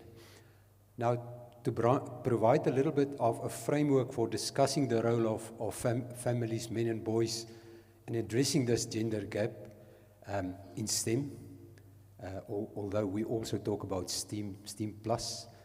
I'm going to do it from the perspective of, I think, one initiative. There's another initiative. Hopefully I get an opportunity later to elaborate on that. But let me go to the family math program because it directly addresses some of the issues. Now, somebody earlier said that girls and women in STEM, it's not in isolation. It goes with previously disadvantaged communities, rural education, etc., etc. It goes on and goes on.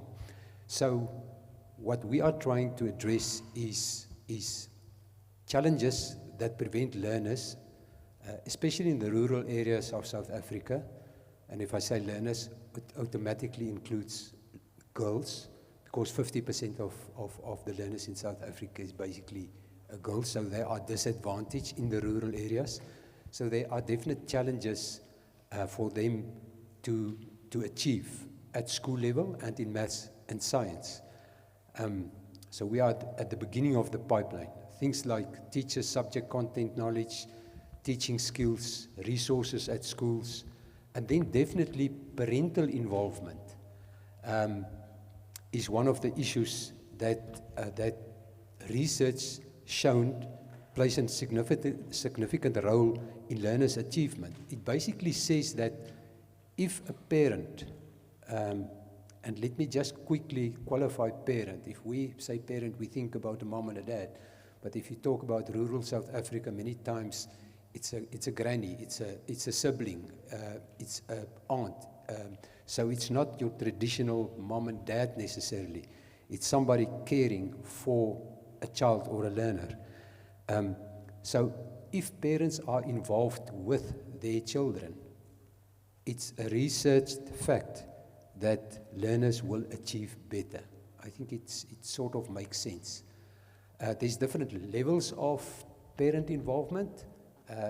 The ultimate involvement in terms of learner achievement is when parents can be involved in the learning or the content or the subjects of their children. Now, if you just think rural South Africa, a parent or a a auntie or a granny, how can they contribute to mathematics of learners? Sometimes you will have a grandmother that probably didn't went to school, that have a language barrier. So how can they be involved in the education of their children? If I'm talking about children, every time I refer to the 50% girls also. So what we've done is, in one of our teacher professional development programs, we call it the Family Math Program, we've included a parent component. So the teacher professional development program is about getting the teacher to the university, train them in effective teaching and learning methodologies like active learning, hands-on learning, content in context, providing them with resources. They go back to the school, implementing it in the classroom. So it's trying to be more efficient in terms of the learners that are equally number of boys and girls, to provide a equal opportunity to them. But then they also have, in this model, have to have parent workshops. So what they do is they like they say, they call the parents for a workshop, the parents of the learners in their class. And they basically every term, after our training session, get the parents together, and they do, let me call it, maybe it's not the correct word, simple activities. What the learners do in the classroom, the teachers do with the parents, that they can do with the learners at home. So it's about support of the parents to the learners. Now, if we think about it, some of the parents are illiterate, some of them have language barriers. So it's a great help if the teacher then can have a parent workshop and show the parents how they can help their learners. And that definitely increased the opportunity for the learner. It also, the teachers, and we are usually working in the foundation phase, 80% of the teachers are women.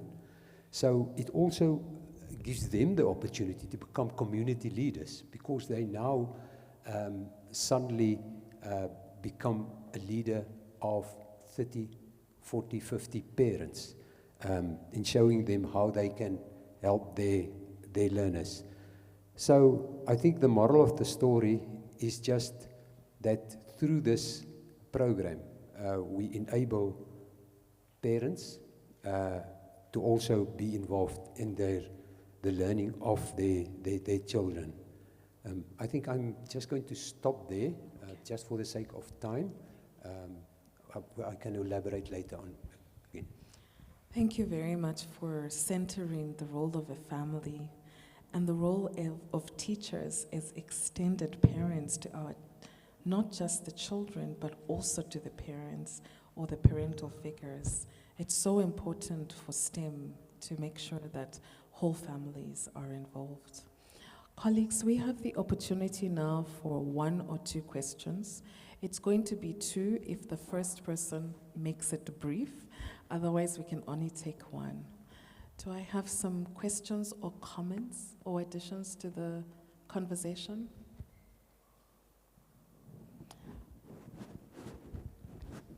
Right. Okay.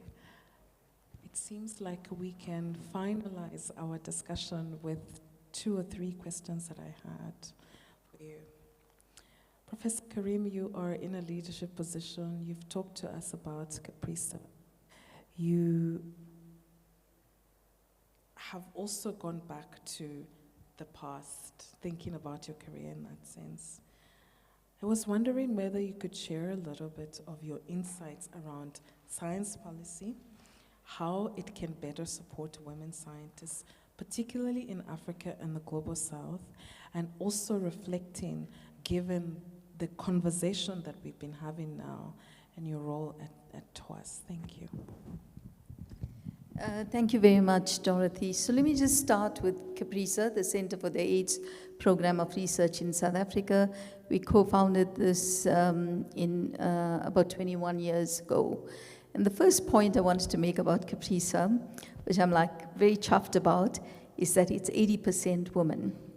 And it's 80% women, not just in the middle, but from the top all the way. We have only 2 departments that are male-dominated. One is IT, and the other is the team of drivers. The rest of it is 75 or more percentage of women, from leadership to middle management, etc.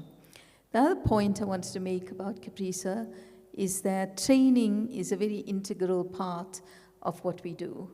And with all the research underway, it creates amazing opportunities for honors, masters, doctoral students. And because we have so many women, it's a supportive environment for women. We find many stay on and then take on postdoctoral positions. And I'm like so excited to see this new middle layer of postdocs that are emerging, who are raising their own funding and establishing their own wet labs or areas of research focus and so on. So, and then lastly, in our rural community, where we have a clinic, it's about 150 kilometers west of Durban, we also have an internship program where local students, and this is the thing about, if you see it, you can dream it, you can believe it, you can realize it, and everything else that everyone's been talking about. And for me, that's been one of the really exciting parts of encouraging high school kids to come in, spend their holidays there, or graduates or students to come in and do internships. And that's really helped them in terms of making them more employable, and some of the amazing placements they had is great. Second thing I want to talk about is TWAS, the World Academy of Sciences, and it was established 40 years ago with the vision of Nobel laureate Abdus Salam about using science for sustainable development. And in its 40 years of existence, I'm its first woman president, and I'm really excited that half the council is made up of women. And I think, you know, oftentimes we hear, and I've also experienced it, where we talk about the other PhD, where you pull her down at every opportunity. So I think when we see that happen at the council level in the World Academy of Sciences, and I think it's the only Academy of Science that has that gender balance, a big part of what we do is recognize excellence through the fellows, and we have 1,500 of them, highlighting and underscoring that science excellence exists in the global south, and we have 10 subject categories to profile that. The gender balance within each subject category is not always great, but we're working and keep working towards that.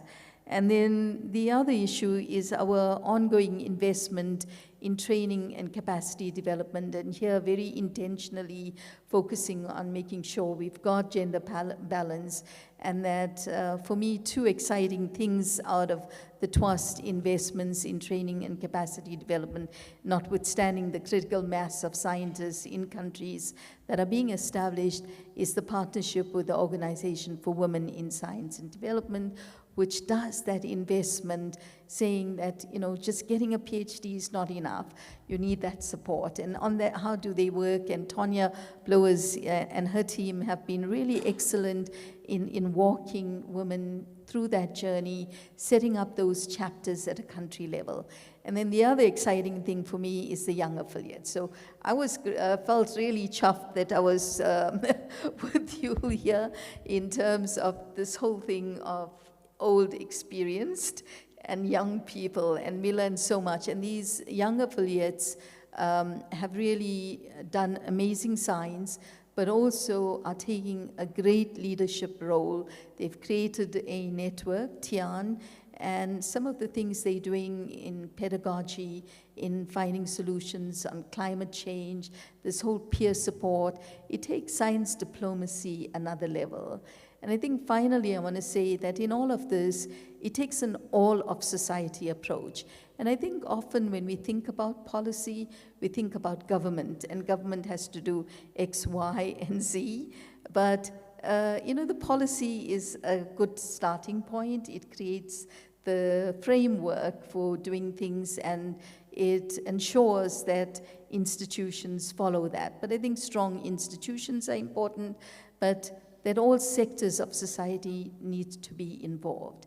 And I think in science, where we're generating knowledge to benefit humanity, we can't wait for the products to be developed before we take it to civil society. I think civil society, from a very early stage, need to be part of that process. And I've heard like exciting projects where school kids are involved in data collection. And I'm sure all of us can remember when we were in primary school, how exciting it is to go home and say, well, I did this today. And that's really where that curiosity is nurtured, where the dreams start, and where you can imagine a future where everyone's full potential is realized. So I'm a very strong believer of all of society, rather than just having private sector or government or so-and-so doing things, or scientific institutions. We have to all walk this journey together to realize a future that's sustainable and a legacy for generations to come. Thank you very much, Professor Karim, for that. How do we close the gender gap in STEM? We think about it from a global perspective, from a regional perspective. We think about it from a national perspective. There is a very clear role for families and men. There is a very clear role of thinking about this from a human capital development perspective. There are some very key issues, and the one that we have really indicated here is around gender-based violence and how important it is to fix institutions. There is a role for universities, and we have to always center the woman, the girl. Those are the people that we want to change for. I hope that this roundtable discussion has demonstrated that there isn't noise, there isn't pushbacks on all things gender equality and inclusion is noise. It's noise that has the catastrophic potential effect to distract us from the 3 strategic approaches that we mentioned before. It distracts us from all the conversation that we have had here and how much further that we need to go. And I would urge all of us to double down on fixing our institutions, fixing the numbers, fixing the knowledge, because doing research the right way has the potential to save lives. It saves money. It is good for our world. I want to thank the panel very much for your highlights, for being so inclusive in the way that you engaged. And I want to hand it back over to Dr. Cruz. Thank you.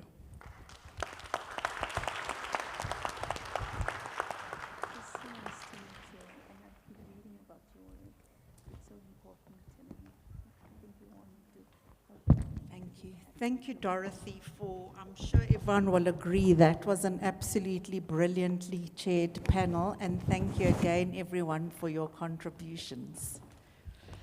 I think, Dorothy has summed up so well, there's nothing more for me to say, except to bring it back to our G20 agenda.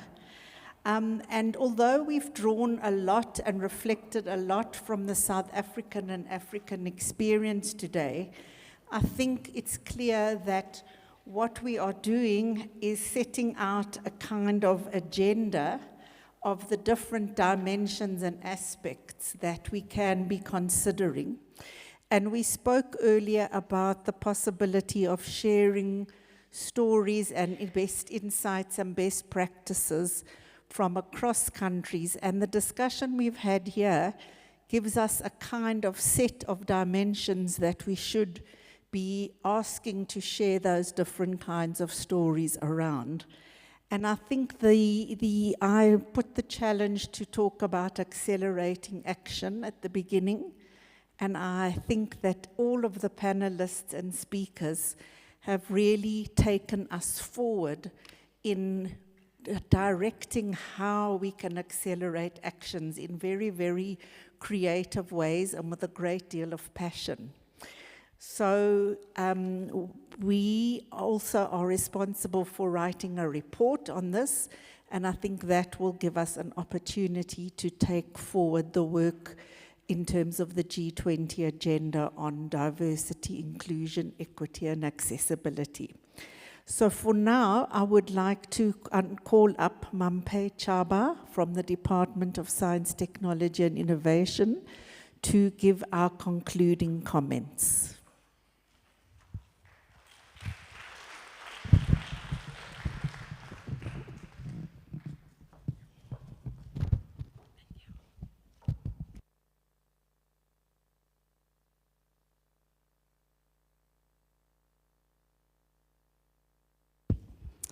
Thank you very much, Dr. Cruz, and thank you very much for this opportunity. Let me just start by indicating that our Deputy Minister, Ms. Namalungelo Gina, was supposed to be with us this afternoon. And when we briefed her on Thursday about this session, she was really excited and really wanted to be here. She, like me, she's a black woman, and she is in the highest echelons of leadership, not just in government, but in the country. And it's because of the progressive policies that our government has put forward to support women in leadership. She, like me, I am a black woman from a rural community who matriculated from a high school 30 years ago that had pit toilets, but still managed to achieve 100% pass rate in maths and science. And many more can benefit if we respond to the call of action that is before us. The session has been interesting. I'm not going to try to summarize it, but we heard about women being underrepresented in STEM, in peace, in leadership, and that we need to change the social system. It takes you and I in our personal spaces, in our communities, in our workspaces, and in the systems of the world, such as the G20, to make that change. So I have a homework for you. What are you going to do on Monday when you get back to your offices? And I have 3 suggestions. To the G20 countries, priority 3. We talked a lot about it today. We've achieved 3.4 through this session. We are left with 3.1. 3.2 and 3.5. I'm not going to go into that. Let us make the change that needs to happen to support women and girls in STEAM+. We also have this call of action from UNESCO. Each and every one of us can play a role, and I'd like to add one recommendation in that list of recommendations. Expose your girl children in your workplaces so that they can see you in action and be inspired and motivated. Homework number 3. We engaged with Indigenous knowledge holders this week, this past 2 days, and they talked about each one, teach one. Let us do that to ensure that women and girls in science, in leadership, can shape a brighter future for all of us, as Imran said. With that, I'd like to express gratitude to our partners. The UNESCO, I think we are represented here by Ezra, Galindo, and Rovani. HSRC, represented by the HSRC CEO, Professor Sarah Muswedze, and your capable team. To the University of the Free State leadership, some are not here today, but we have Professor Rhonda. Thank you for joining us here, and your team. And to the speakers and the panelists who so bravely tackled a really difficult topic today and provided us with not just what the challenges are, but the solutions that we can take forward. I'd also like to thank you as an engaged audience that was so patient with us after having been seated for so long, and to our young students that have joined us and posed such interesting questions, but also proposed solutions and actions that we can take forward. Last homework, enjoy the braai this afternoon. Thank you.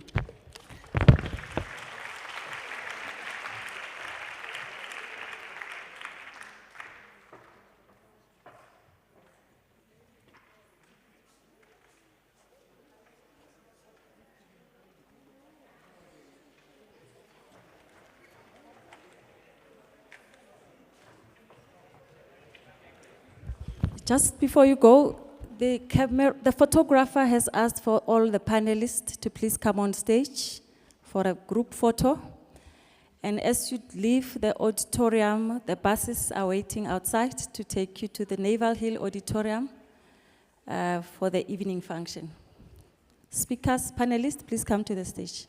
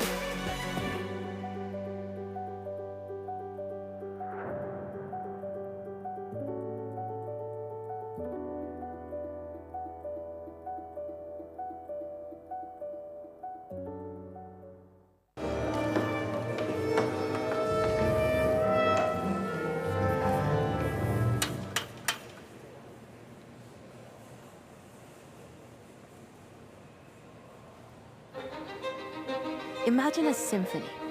Every voice, every note, building to something big. Imagine, as the music builds, you notice instruments missing. What if entire sections were silenced?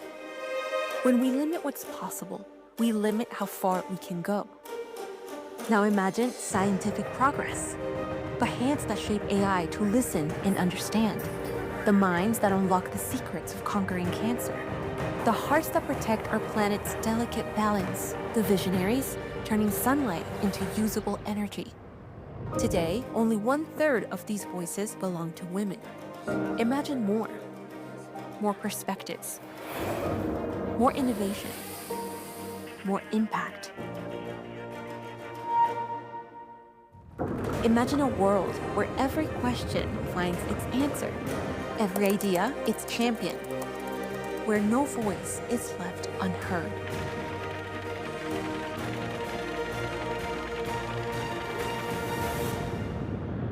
Science has no limits, and neither should the people who drive it forward.